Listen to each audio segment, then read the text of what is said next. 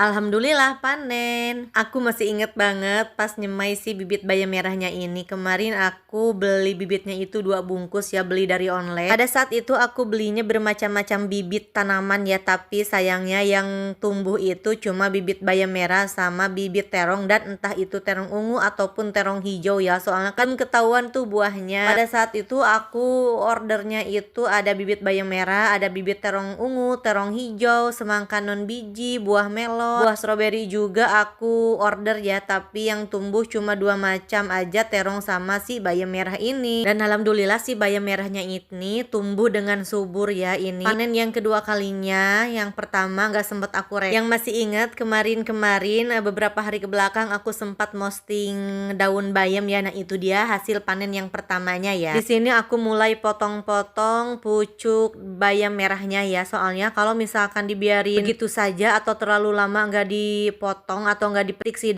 pucuknya itu, bisa-bisa nanti si pucuknya itu berbunga, dan kalau misalkan udah berbunga itu nggak enak ya. Jadi ya udahlah, daripada keburu berbunga mending kita petik aja si daun bayam merahnya ini. Untuk rasanya sama aja seperti bayam hijau pada umumnya ya. Dan juga kalau misalkan bayam seperti ini, mau bayam merah ataupun bayam hijau, kalau dimasaknya itu cepet empuk ya ketimbang bayam yang kecil-kecil itu ya. Atau kalau di daerah aku disebutnya bayam kota ya. Perbedaannya hanya ada di warna aja ya. Kalau misalkan bayam hijau pada saat dimasak ya airnya hijau, tapi kalau misalkan bayam merah ya saat dimasak ya airnya merah gitu. Mirip kayak buah naga ya merahnya. Di daerah aku yang jualan bayam merah itu sama sekali nggak ada ya. Jadi inisiatiflah aku menanam bayam merah ya. Padahal awalnya idenya itu iseng-iseng ngelihat ada orang di beranda Facebook yang lagi masak bayam merah. Ya udahlah, muncul ide mau menanam si bayam merahnya itu. Soalnya kalau misalkan nyari-nyari mau di toko sayuran ataupun di pasar tetap nggak bakalan nemu bayam merah.